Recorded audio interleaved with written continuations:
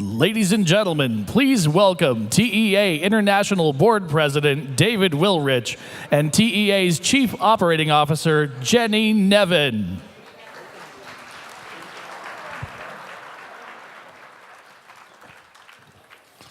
Oh, good morning and welcome to our 15th, I'm reliably informed, annual summit. It's great to see so many in the people room and to see just how much this has grown over the years. And for me, the summit sort of really kicks off our conference season within the TEA. Day one has taken on its own unique identity, covering the range of topics that it does, and even herding a few elephants. This last year has also seen us continue to grow internationally, which is great for me, coming in, as I do from across the pond, to see yet more European members and even more coming from, well, not actually coming to the event, but joining the TEA from China. Thinking of things international, the SATE conference took place in 3 continents last year. We had SATE Europe, SATE US and SATE Asia. We're repeating all that again this year, and I'm pleased to say that SATE Europe is only in a few weeks' time now, on May the 2nd and 3rd at Europa Park in Germany, and a big thanks to them for hosting it. SATE US is going to be at SeaWorld in Orlando, and we're still hoping to lock very soon the venue for SATE Asia. So at this point, I will hand over to Jenny to tell us, as she always does, that life has never been better in the TEA. Oh, David, that is so last year. And look, the English influence is getting better. This year is a tad better. On that note, let's thank the sponsors. So I'd like to say a huge thank you to the global partners, Chime Along, SeaWorld Parks and Entertainment, Universal Creative, the Hettema Group, Walt Disney Imagineering, and Christie. Our Summit Gold sponsors, Light Switch and Waltopia. And our Summit Silver sponsors, 11th Hour, Moog, Strong MDI Screen Systems, and Yao Shi. And our Summit Bronze sponsor, the OTB Company. Thank you so very much, as we could not do that without your help. No, thank you. Sponsorship really is the lifeblood of the TEA, so a huge thank you to you all. And my final thank you is to Jenny and her team, Tammy, Richard, who do a huge amount of work to put all this together, technical wizard and award-winning Joe Fox,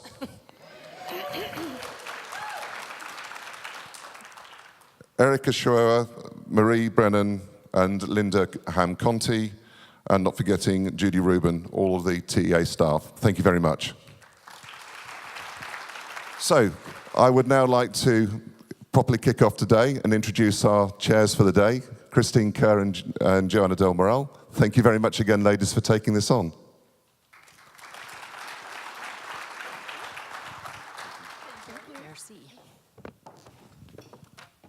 Good morning. How is everyone doing? Come on, guys, I need more. How are you doing? Isn't this room amazing? Look at this. What an incredible testament to what we do here. Everybody in this room has a piece of that. So thank you. Now, before we get started, I want to do a housekeeping item. Please pick up your phones and silence them, because it's embarrassing if you were to get a call or anything. Oh, like that. Hello? Girl, we're supposed to be going to Trader Sam's later, right? Oh, and by the way, I just wanted to let you know you look fabulous right now. Oh, I look fabulous? Thank you. All right, come on in. That's my case. Thank you. All right, that was a demonstration, honestly. Silenced. All right. Now, we'd like to start by thanking more sponsors for today. There's 21 of them, so we're going to divide them. So the first half we're going to thank is 7 Cents. We're going to hold all applause to the end. A&ES, Adirondack Studios, AES, Aquatic Design and Engineering, Chicago Scenic Studios, Cortina Productions, Cumming, Electrosonic, Falcons Creative Group, and HBG Design. Let's give them a round of applause.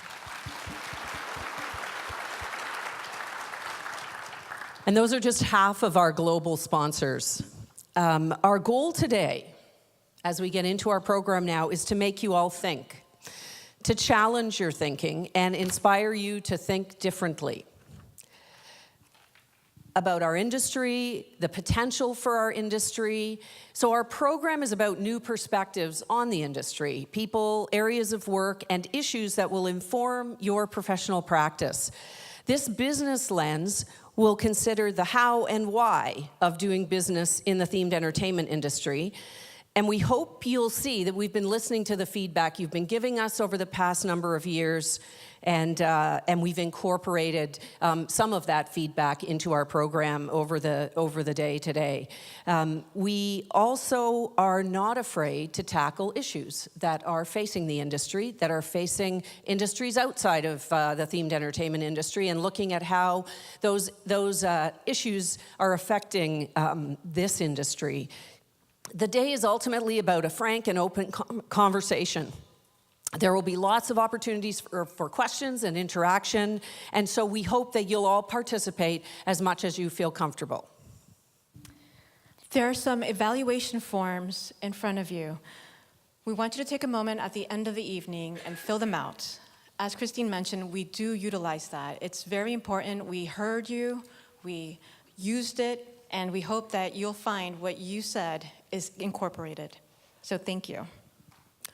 All right, so let's move on to the first session in our program. I'm very pleased to introduce this year's conversation with the TEA's 2018 Buzz Price Award recipient, recognized for his lifetime achievement in the themed entertainment industry. Phil Hettema's career and varied experience make him a respected creative leader, a thought leader, and an influencer, among many, many other things. Rather than me provide any more of an intro, why don't I just turn it over to Phil's longtime colleague and friend, Adam Bezark, who will lead this conversation and ask all the tough questions. Please welcome Adam. Hey. Thank you, guys. Thank you. Thank you. No, and thank you so much for putting us on first before anybody gets a chance to wake up. Hi, guys.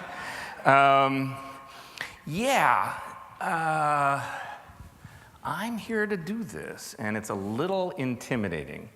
And if you want to know how intimidating, who gets FaceTime videos like this? Well, Phil, as it turns out, USF, and Islands of Adventure, I swear to you, for me, aren't going to be fun the way it was so much fun over these years working with you. I mean, I have had such a blast with you, Guy, over all these years. You absolutely will take any stupid idea I come up with, and you'll run with it. It's like a quarterback. It's like a wide receiver catching a bad pass, and always being able to catch, the wobbly, terrible passes that I've thrown you. And the great thing about you is when I come up with a real bad idea, you go off somewhere to some magical kingdom, somewhere at Hogwarts, I guess the place you come from, and you sit there and you make it into a great idea. You turn it into your own idea, and it becomes something that people all over the world, flock to, ride the movies. In this case, I guess for the last few years of Truth Be Told, the world has been riding Phil Hettema, and we will continue to ride you to get back into this business, and certainly I will. So you're not off the hook yet, pal. I'm coming back for you.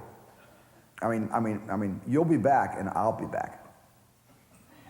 Bon voyage. Right?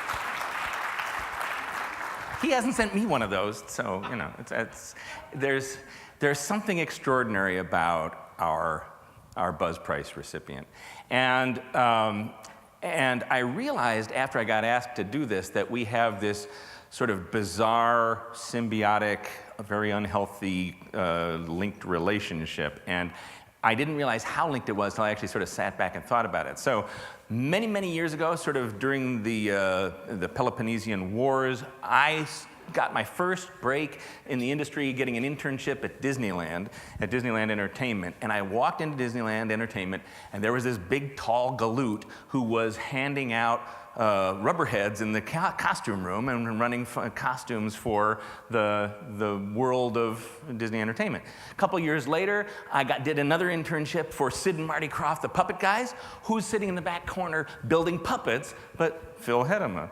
And then it sort of went the other way around. A couple years later, I get a call from Phil. He's gone to work for Teddy Ruxpin, the animated little robot bear people, and asks me to help out with that. And then from then on, it's just kind of this constant dogging that we've had. He works at Universal. I get a chance to help out at Universal. He starts a company. I start a teeny company. It's the Thea Committee. I get to be on the Thea Committee. It's kind of, it's either Phil has been stalking me for all these years, which I flatter myself to think is probably the case, or he does this to everybody. Phil is that guy, right? He reaches out to everybody in his world and brings us in. And that's that's a big piece, I think, of why he's who he is. He just draws you into his world and wants you to be part of it. And that's pretty awesome. So, I don't know. I think that's sufficient to get us started, and we got a lot to talk about today. So I hope you guys will all join me in welcoming this year's recipient of the Buzz Price Thea Award for a lifetime of incredible achievements, Professor Phil Hettema.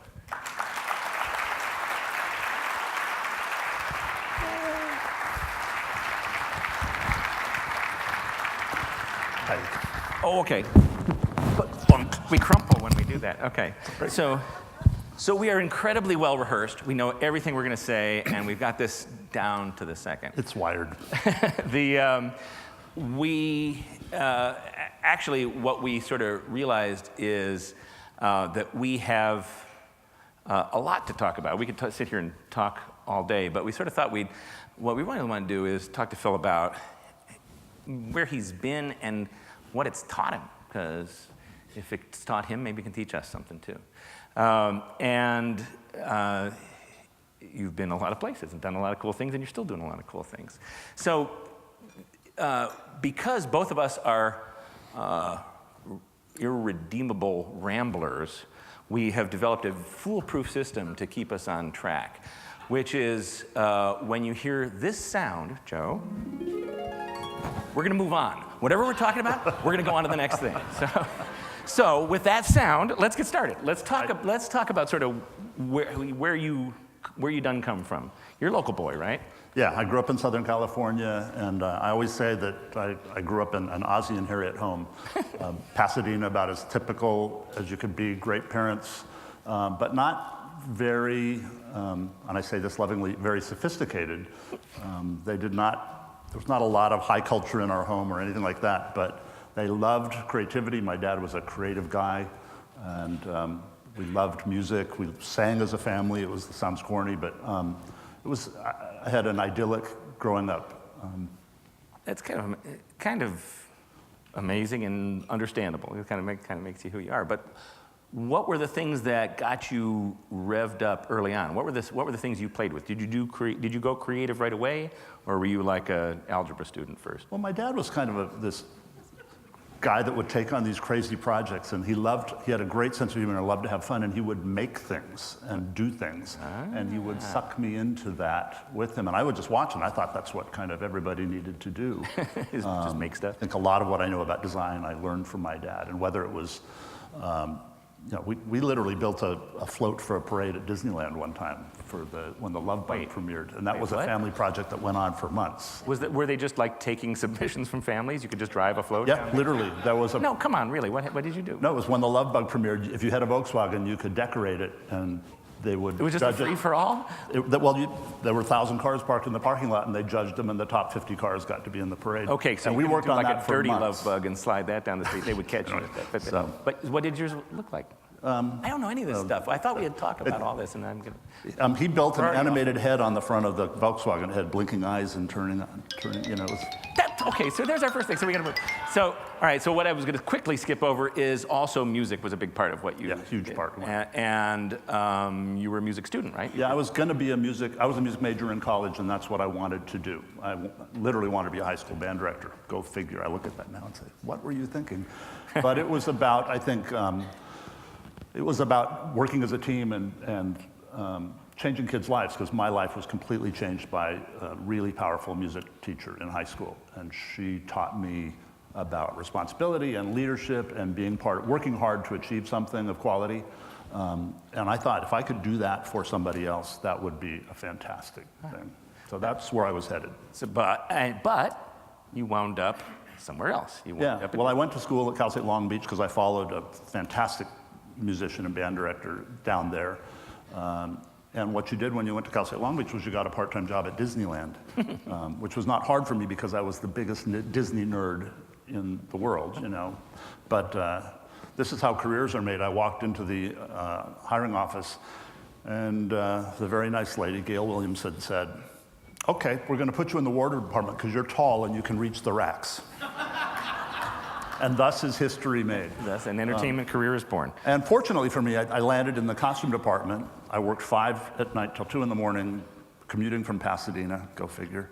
I paid more in gas than I got paid that summer.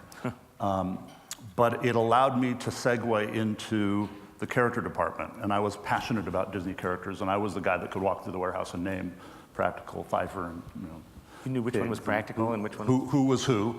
And so they put me in charge of the character department. First, cleaning up sweaty costumes, which was not pleasant. But then I got more and more responsibility, and Disneyland was great with me. They really gave me chances, and I ended up running parades and things like that, which brought me into the entertainment division at Disneyland. And one of the things that what we want to sort of do is, Phil, lives run in chapters, right? Disney was a big chapter for you, and we have people who influence us at these different points of our life. And one person who was sort of a giant of Disney entertainment was this guy, Bob Yanni, who ran Disney Entertainment worldwide and made it what it is today, and influenced everybody who ever worked at I'm sure there are many other people in this room that Bob had some influence in your lives, but he was a true mentor. He loved to help young people, but he was also the greatest showman I've ever met. This guy knew how to put a show on. He was not a great businessman, but boy, did he know theatrics. One of the things I learned from Bob is any show you do has to have 3 endings, and part of that is if one of them goes bad, you still got 2 that are going to put a cap on the end of your show. That's honest to God true. It's a way out, right? The other mentor I had at Disney that was really important to me was a guy named Jack Muse, who was the lead costume designer for all Disneyland and Walt Disney World. And Jack was a brilliant designer, and he taught me a whole bunch about design, but he also taught me about running a project and how Jack was kind of Machiavellian. He was pretty politically savvy, and he was always on the lookout to make sure his project got done and got done well. But it taught me that, on any project you do, there are a million obstacles. We all know this. There's just the inertia of any project is that there are things, budget, schedule, people that don't like the project try to undercut it or whatever. And I learned more. I learned more about making sure you stood up for your project, anticipating where something might go wrong, and working through it, and digging in, and overcoming those obstacles, because that's the only way you do something really great.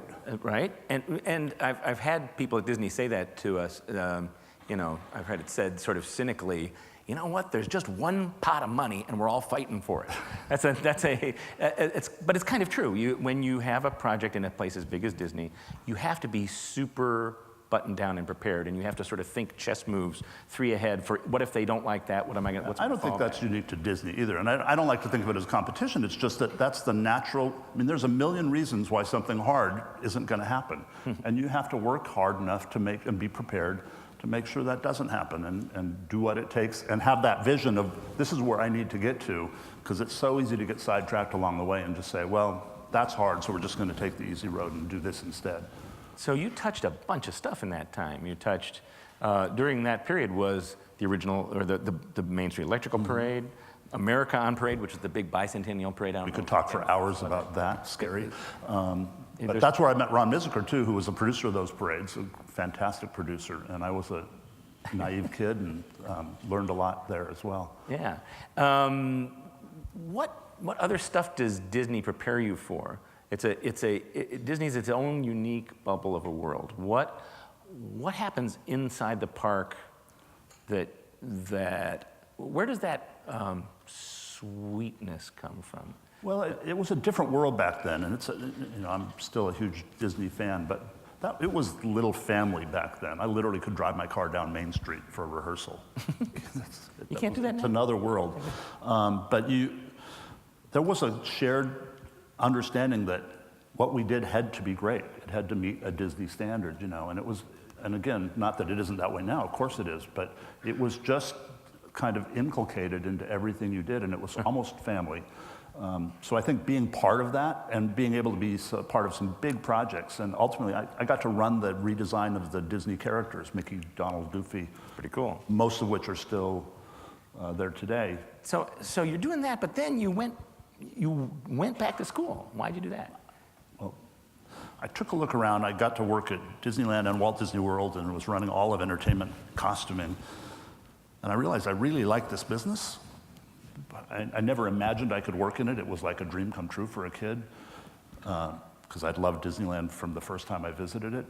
But I never thought it was a real job, so I thought, I really like this, and I'd like to keep doing something like this, but I don't really know what I'm doing. I've never had any art training or design training, so that's what I'm most interested in.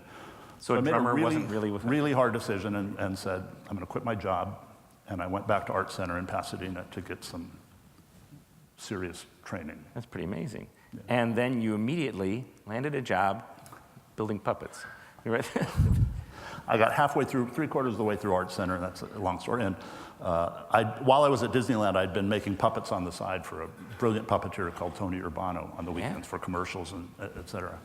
And Tony called me up, and Sid and Marty Krofft, producers of interesting children's television, HR Puffin stuff, all that. We're having a renaissance, and they opened a fabulous big puppet That mean go again? and production facility up by the Burbank Airport. And Tony asked me if I would consider coming in and running the puppet shop for that endeavor. And they were going to do television, Broadway shows, and all of this kind of amazing. But So I did. Not long after that, whoosh, you're back with the amazing Bob Yanni doing big live events. And Bob had left Disney at that point. He had taken over Radio City Music Hall in New York, and he was doing the Crystal Cathedral Christmas Spectacular. So I went back to work for Bob doing those. Bob was supposed to do the Olympics in '84. Disney was going to produce the opening and closing ceremonies. Long story, but Disney backed out. Bob, at some point, backed out. I won't go into all the reasons, but I was left standing there, the first employee of the ceremonies division at the Olympics, and got to go on with the ceremonies when David Walper took over and was production supervisor for the opening and closing ceremonies. And then, we don't have time to go into all of it, but a momentary dalliance in developing Bob Yanni's Beatrix Potter theme park, the theme park that never was and never will be. This is the meeting of a lifetime, because Bob had the rights to Beatrix Potter, and Bob knew how to put on a great show. He didn't really know how to build a theme park, but he put together a team of people that was going to help him do it. And I sat in a meeting, and there was a bunch of veteran Disney designers, but among them were Herb Ryman. And then he brought in Robert and Richard Sherman to sit in the meeting as well, because they were going to write all the music for the park. And I'm sitting there at the age of, 23 or something, saying, who are all these? I mean, I can't believe I'm sitting here with all these people. So, park never happened, but really cool meeting. Yeah. That's it, right, very cool. And then, phone rings again, and you get hauled over to the other side of the hill to do a little stunt show. Yeah. After the Olympics, we went to New York and did the Statue of Liberty Centennial, which was about the same group from the Olympics. And after that was over, I got a call from Daniel Flannery, who many of you know, and I've worked with Daniel on the Olympics a little bit. Daniel had done a lot of work for Universal Lighting, King Kong, the original King Kong and everything. And we've just become friendly, and he called me up and said, they're looking for a producer. They need a line producer for a show that has to open this summer. Are you doing anything? And so you guys know the Miami Vice stunt show was where the Waterworld stunt show is now, and you had to carve out a chunk of water and blow stuff up real good, right? Yeah, there was a show there called the A-Team. A spectacular, awesome show. That was never to be forgotten. When I joined Universal Creative Development, it was called Planning and Development at the time, there were 5 of us. I was person number 6. And we had I had 5 months to produce this new show. I'm going to finish this and then we'll move on. And it was a Rambo show. It was going to be a Rambo show, and they had the script and everything. They just wanted me to come in and get it to the finish line. And the day I started, Molly Rose, who some of you know, said, "Boy, do you have your work cut out for you?" And I said, "Well, what do you mean?" She says, "Well, on Friday they threw out the script and you have to start over again." And it was still a Rambo show. We redesigned the show in a week. I had to pitch it on that Friday. So it changed on one day from Rambo to Miami Vice? No, it was still Rambo, but the show, the script was thrown out because it involved taking hostages. And there was a hostage crisis in the world at that moment, and they thought that wasn't a good idea. It involved drug dealers, and so all that had to go away. We had to completely retool the show, redesign it. I had to pitch it that Friday. We worked on that for about 6 more weeks, and then Jay Stein came in and said, "Phil, sit down. It's not going to be a Rambo show anymore. What can you do with Miami Vice?" And literally, I think 4.5 months later, we opened the show. So hence the term Universal Mayhem. And again, big influencers there. Two people, lots of people at Universal, but the two that we sort of said are the ones who really sort of pushed you around the most and shaped you a lot were Spielberg and Jay Stein, the legendary Jay Stein and the legendary Spielberg. Yeah. Who do you want to start with? Well, Jay Stein, many of you probably knew Jay or heard of Jay, was a notorious screamer, yeller, but was the singular vision behind why there was a Universal tour at all. It was solely his force of will that allowed there to be a Universal Studios Florida to happen. I mean, he was like a dog with a rag that would not let go until that happened. And he was challenging and difficult, but in his own way, brilliant. He had a intuitive sense for the big idea, and he would push and push and push until you delivered something. And he made us do great things. It wasn't always easy. I ended up respecting him tremendously, actually, but he was a challenging guy. You'd come out of a Jay Stein meeting limping, but you had clear direction. I think he fired me 3 times. The same morning. Right. So and so the portfolio for Universal was vast. You're dipping into all kinds of stuff. You sort of were the West Coast guy while other folks were off on the East Coast. Right? Yeah. So it was really about, they were building Florida. I was going to keep the fires burning on Hollywood, and so it was anything that came up we had to do. So for me it was an incredible opportunity because every conceivable type of presentation, rides, shows, media presentations, exhibits, had to figure out how to do them. So great exposure, kind of learning on the job. Waterworld, T2, the Western Stunt Show, Jurassic Park. You were digging into all of those. And what sort of made, I think what's distinguished Phil as a creative leader was he was your guardian. He would keep the bad stuff away from you. There's this kind of universal tornado that comes over every project and just causes holy hell. It's the executive review tornado, and you can see it coming like in the morning. Oh, they're coming! They're all gonna yell at us. And Phil would sort of boldly stand between us and the tornado and kind of ward off the wind damage so that we could sort of keep our heads down and keep working. I don't know that Universal is any different than any other big company, but that's the job of a creative leader in any case, is to make sure that the team stands out of the way. You're so diplomatic. It's a tornado. Well, I have to say, and he's sitting here, I think, somewhere. I learned that from Keith James because I saw him do it at Universal Studios Florida for a long time, and making sure that his people had the ability to get their job done. And that's what a real leader has to be able to do. So you had this amazing run at Universal, and you were involved in not only in all the West Coast stuff, but heavily involved in building in the big concepting of Islands of Adventure and figuring out what the next generation of parks was going to be for Universal. How did that even get to happen? How did a thing that different come about? Well, literally, Jake called me in one day, and Ron Benson was also president of the company at the time, and Ron was a fantastic boss, one of the best bosses I've ever had. They came, and Barry Upson kind of said, we want to talk about a third gate, a second gate in Florida, and we want to change the demographic. Universal has traditionally been a kind of a teen, young adult, big thrill park. We want to go squarely after the family demographic that our friends down at Disney owned. How do we do that? What should it be? And it was Jay's vision that park should be called Cartoon World. I remember that. And it was for quite some time. And it was going to, the major partner in that was going to be Warner Brothers and the Warner Brothers characters. Right. And we worked on that for about 1.5 years. We also worked on Seuss on spec for a year. She wouldn't take, Mrs. Geisel Dr. Seuss's widow, who owned the rights, wouldn't take a meeting with us. Stephen called, she was not interested. He did not like theme parks, so she didn't want to talk about it. So we worked on it for a year and finally got her in a meeting. And she said, "Can you do this?" And we said, "Yes, we can." And she said, "That's fantastic." Wow. But it was Warner Brothers, Seuss, and a bunch of other cartoon properties, and DC Comics, because that was Warner Brothers. And because of a difficult conversation between Sid Sheinberg and the head of the Warner Brothers studio that I think was about $75,000 in rights, Sid told them they could take their characters and go away. And so we were left with not much. We had Dr. Seuss. And Sid's loss was Dave Cobb's gain. Islands of Adventure really was built out of what IPs can you cobble together and make some kind of a coherent piece out of it. And so at the time, Marvel was available because there was no Spider-Man film. There was nothing Marvel. Who knew who Marvel was other than comic book geeks? So Marvel was available. That became Spider-Man, kind of game-changing ride. We had Jurassic Park because of Steven, and so that was going to go in the other park. That went there. Yeah, we were working on that for the original park, and then it got yanked in and made it into its own land. We had a bunch of other comic strip properties that became Cartoon Lagoon, and J. Ward cartoons and things. That's where all the cartoons got dumped. We invented Lost Continent out of whole cloth because we had nothing, and we wanted to balance the experience of the park, so that was completely invented, and then the whole port of entry was completely invented as something that would kind of be the premise that would stitch all of these various islands together.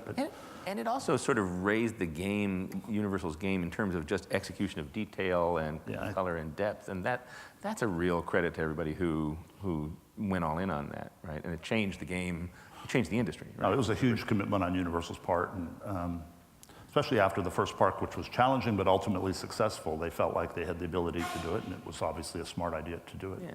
So great. So you've done all this, you've had an amazing career, and then you leave. You left, and that video that you saw from Spielberg was recorded because Phil announced he was retiring at the ripe old age of 17 or however old you were. He wasn't really retirement age, but he left, and I went to this party that was the sweetest, biggest going away party for somebody who was leaving a company that I'd ever seen. Why did you go? Why would you leave? You were the top of an industry and the top of a department and doing all kinds of amazing stuff. Why then? Universal had been sold for the 4th time. Every time the management changed, we went from Matsushita to where did we go after that? Seagram's? Seagram's, and then Seagram's to Vivendi. Dang. Finish the story, go ahead. That's not really the heart became a bell. And every time we did that, we had to retrain senior management because the theme park division at Universal at the time, not anymore, was definitely a stepchild. Nobody really wanted it anyway, but it was something they didn't know what else to do with, so they had to keep it growing. And it was really Jay back there saying, "We're going to keep going." So having to, just retrain senior management, and usually senior management knew nothing about the theme park world. And we'd opened Islands, we'd opened Universal Osaka. The company was clearly not going to do any major theme parks after that. And in fact, the budgets were getting smaller and smaller for attractions. The expectations for those attractions to deliver were getting higher and higher. And frankly, it was just frustrating. And I felt like I'd done my best work. I was, not very challenged anymore and frustrated. So I thought, I'm just going to go do something else. And what was the something else? What did you think you were going to do? I actually thought I was going to go back to film school. That's what I was intending to do. Oh, you told me, and you had somebody who was going to put in a reference for you. Well, I was going to call my friend Stephen. I figured he could get me into SC. You might have stood a chance, but something else happened. Well, along the way, while we were doing Seuss and Islands and working with Stephen, I got a call from him one day, and he said, "Would you do a personal project for me?" And I said, "Sure." And he says, "Well, I want to do this restaurant," which turned into the dive restaurant that you might have seen in Santa Monica. And I said, "Well, okay, sure." And he says, "Well, can you be a meeting at Jeffrey Katzenberg's office tomorrow afternoon?" And I said, "What about Jeffrey Katzenberg?" And he says, "Well, he's my partner in this project." And I said, "Well, I'm thinking to myself, I can't do that. Universal hates Disney, and I couldn't be." And Katzenberg was still there. Possibly, yeah. Katzenberg was president of the studio. And so I went to Barry Epps and I said, "I'm happy not to do this project, but you have to tell Stephen I can't do it." And nobody wanted to do that, so they let us do that. And Dale Mason and I worked with Stephen and Jeffrey to design the Dive restaurant, which is a big lesson in themed restaurants, which I won't go into, and what not to do. But I got to know Jeffrey Katzenberg doing that, and it was a great experience. I loved working with Jeffrey. He's the best kind of boss a creative guy wants, because you walk in and you show him 5 things, and he says, nope, I love that, that's a home run, and I hate that, and that's why. And you walk out of the meeting, and you know exactly where you stand, for better or worse, and you move on. Without the yelling. Not much yelling. So we hit it off, and so after I left Universal, I was just kind of poking around. And I got a phone call from Jeffrey's office saying, we got this project and it's not what we do, but Jeffrey wanted to recommend you for it, et cetera. So I said, sure, what is it? And he says, well, go to the next slide. The guy in the blue shirt there is the King of Jordan. The little guy? Yeah. That's the King of Jordan. So the King of Jordan had this piece of property in Aqaba that he wanted to see developed. And long story short, after submitting a kind of white paper, I said, I don't have a company, I don't have anything, I don't, they said, well, tell us how you'd approach the project. And I wrote a little white paper and sent it to him, and 3 weeks later I get this call, can you be in Aqaba on, like 3 days? And they sent us one-way tickets. I grabbed 2 friends of mine, and I didn't have a company, and we got on the plane, no contract, no return ticket, and went to Jordan. I didn't even know where Jordan was. But it was a fantastic experience. We developed this project that we did the plan for. It did get built, changed a little along the way. But the Royal Court of Jordan sent the team we put together all over the Middle East to do historic research on cultures, including to Yemen and Syria, Aleppo, which is not even on the map anymore. It was an amazing time and experience, and that's really what started THG. I had no intention of forming a company. And then poof, you got one. But we had this project, so we needed a company. And then all of a sudden you're a boss. So what's the difference between being an executive and being the boss? What does this teach you? Payroll.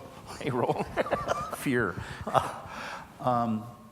Yeah, it's the best and worst of all worlds, because you get to. I always say, at least my headaches are my headaches. I get to work for myself. I get to figure out what we're going to do, but at the same time, there's a tremendous responsibility. And I'm not.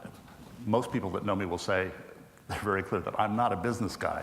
So trying to understand how to run a business, make it somewhat profitable, and was not really in my wheelhouse. But we managed, and we kept going, and have now, I think, grown up a little bit and have a fantastic team that runs the business quite efficiently. And now you know what a P&L is, and that's cool. That's good. Yeah. But you've covered amazing ground. And again, these magical projects come to you because you're you, I think, because you're good. Well, I also think we've been able to put together an incredible team of designers and creative folks, and I think we're pretty good collaborative players. And I think our mission has, this doesn't make much sense, but it's never been to run it as a business. It's to do great work. And as long as the projects we are looking for give us the chance to do something different, and he says it too. Do something that's unique and tell a great story, that's what gets me going, and I think it's what keeps the team motivated. There are times when I say I couldn't possibly do another dark ride, because it's like, if somebody comes and just wants the same thing again, nothing wrong with dark rides, by the way, and I'm sure there's more in my future too, but it's just, I want to do things that are different and unusual and kind of can continue to evolve. We're not the biggest, we won't ever be the biggest, probably not make the most money either, but I think we try and do things that are different and unique. There's way easier ways to make money than Oh, yes. I don't think we do this because of the lucrative riches. We do it because it's the most fun thing we can think of to do, right? So Beyond All Boundaries was sort of one of the first ones that really defined you guys as being a kind of a beacon of excellence, really lovely.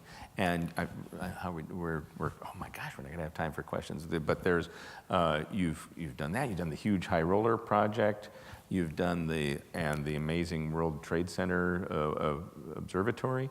So what do those things teach you? What does each project bring you when you're out on the firing line? I think, they all have different commercial goals, et cetera. The High Roller is a commercial project and it has its own goals, but World Trade Center was definitely a unique creative challenge because the brief was to do something that wasn't about 9/11, but it's on the 9/11 site. Everybody that goes up in that elevator is thinking about 9/11.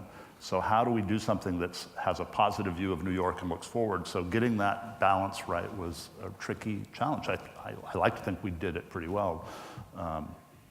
And it's a commercial project, but if it had smelled commercial, and I don't like, it's run a little more commercially than I would like it to be, but if it had smelled more commercial, it would have been absolutely pilloried in the city because people are very protective about 9/11.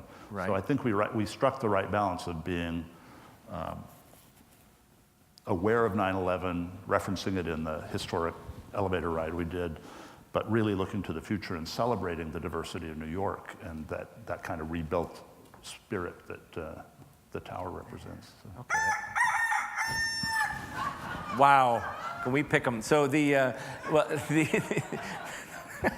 we said I did that on purpose. I think I just want to blow through this very quickly because we're running out of time and we do want to get some questions. But a huge piece of what you're doing isn't about work either. You have always been about the outside world and about sort of balancing your inside life and your outside life.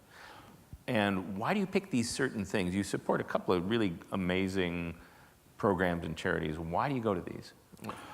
Well, I feel like I'm such a lucky guy, and I have been incredibly blessed. So giving back, that's what I learned from Bob Yanni. I think my parents put that in me too. But I think when to those who something is given, you got to give something in return. So, for me, it's really been about supporting the arts and cultural institutions. The LA Philharmonic is really important to me. For those of you that live in Southern California, I'm out of order. Okay. Art Center. I went to Art Center. I support a scholarship there and really try and support because I think it's a great school. We're so lucky to have the LA Philharmonic here. I can't see what it is. We're on Philharmonic. Great. Is it? And it's an amazing orchestra, so I really support that. But and dearest to my heart is Ryman Arts. I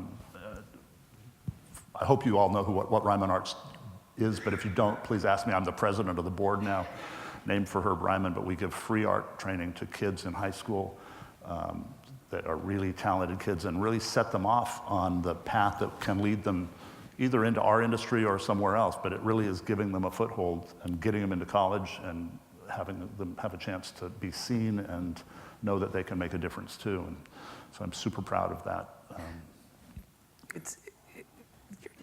The problem is you're just too bleeding nice. So I'm trying to think of something that we can ask you that will make you uncomfortable or squirm as opposed to just telling you how great you are. But if you guys have questions, we'd love to hear them. We'd love to hear what you guys are thinking about. And we have like 4 minutes left before we have to wrap up. If anybody has a question for Phil right now, leap to your feet and shout it out. If not, I will ask him questions like, why are you so freaking nice? Who made you nice? It's too hard not to be nice. I think, our work works best when it's collaborative and when it's supportive. Negative energy does nothing, and I've lived through plenty of it. I knew Jay Stein. And I know the difference between, Yeah. Yes.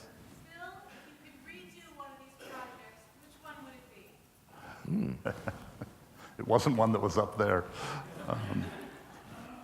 It would without a doubt be the Star Trek adventure, but I'm not going to go into it any further than that.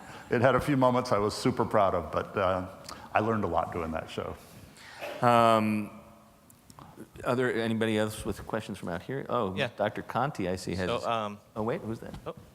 Okay, so I have the mic first, I guess, then we'll go to Dr. Conti. You have to stand up so we can see. Okay. Yeah. Oh, there you are. Hi there. Hey.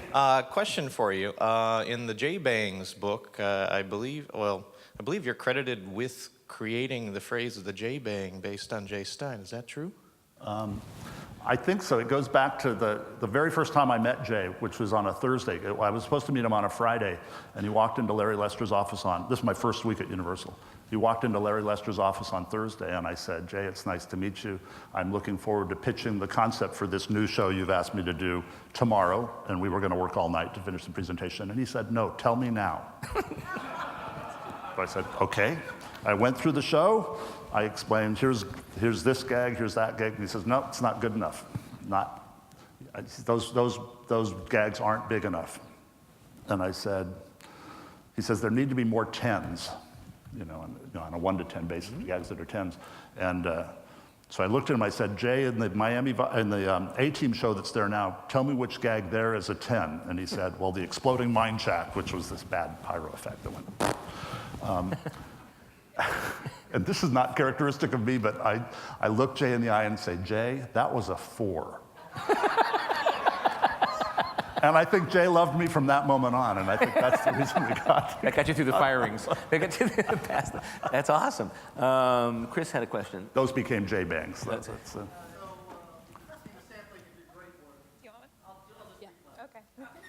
your most spectacular failure? That's the lesson. She already asked that. You weren't listening. Well, actually, I'll tell you the most spectacular failure, and just no secrets here. When we opened Islands, there was a live show in the Cartoon Lagoon called the Cartoon Circus. Oh, yeah. And they didn't have a big budget for it, and I don't know, it was the idea of an idea that could be a good musical show, and we put a team together, but it wasn't really the right team, and just kept nursing this thing that never really had a life of its own on, and frankly, it was not a very good show. And boy, you don't have to do very many of those to realize you don't want to ever do that again. So the big lesson, to me, it reinforced what I think is fundamentally clear in what we do is if you don't have your hands on the big idea, that thing that is really going to capture people's attention and say, that was fun, that was different, that engaged me, you're probably wasting your time, because you can check all the boxes, but if you don't have that, nobody in our world is going to want to really go see you relative to the guy next door or the competition. So, nice. And to Universal's credit, in that and a couple other instances, they basically said, "Did you learn your lesson? Can we do that better next time?" And that's the right question to ask. Yeah. All right. So, by way of segue to final thoughts, if that's a good way to head us out the door, what are you thinking about now? You're sitting here getting this big hoo-ha award, and you're Mr. Big Mucky Muck. What does Mr. Big Mucky Muck think about where we're going right now? What's eating you right now? Well, super exciting time. We're going to see big technological breakthroughs probably in the next 18 months. I think that'll take us to another level and all of that. But I've always been a firm believer that if you lead with technology, you're going to be obsolete within 6 months. So while that's exciting, if you're not telling a good story, it doesn't matter which technology you use. So I try really hard to make sure, let's figure out what story we're telling, and if the technology is available and use it as a tool, great, but otherwise, don't just jump on the bandwagon. So I think about that a lot. I don't know, I think we obviously live in really interesting times, but I believe the secret sauce of what we do in the immersive entertainment business is the ability to create experience that connect people one-on-one. And the more that we live in a world where people are looking at screens and, focus, and we're all there, I am too, but I think the pendulum swings and we're more desperate and anxious for that thing that will connect us. It used to be theme parks were a place you could go to see cool technology, but now I can see almost everything cool that's in the world on my phone. So technology is great in that world again. And, theme parks push the envelope there. But I think even more than that, much more than that, it's I can do something with you, and when we do it together, we react to each other, we talk about, what did you think of that? And it takes us out of our everyday reality. And I think that is the focus. And I think actually that's going to become more important as we go forward and we get even more buried in technology, is how do we create that feeling of being alive and connecting with other people? Because that's really at heart what we're all desperate as people for. Yeah. And any final thoughts about what the industry needs right now? I know we're out of time, but all right, you're good. Look how we've grown. I mean, it's fantastic. Well, listen, the good news is Phil isn't producing a show this year, so he's going to be around all day. I saw a lot of other questions, and a lot of folks would love to talk to him. He's actually hanging with us all today and tomorrow, too, right? Yep. How's it feel not to have to run down and do a show? I love it. So please, everybody, please do me a favor, 2 favors. One is do not let this man buy a drink or a meal for the entire weekend. That is our sacred duty as a team, as a group. And please join me in thanking our amazing Buzz Price Thea Award winner, Phil Hettema. Beautiful, man. Great.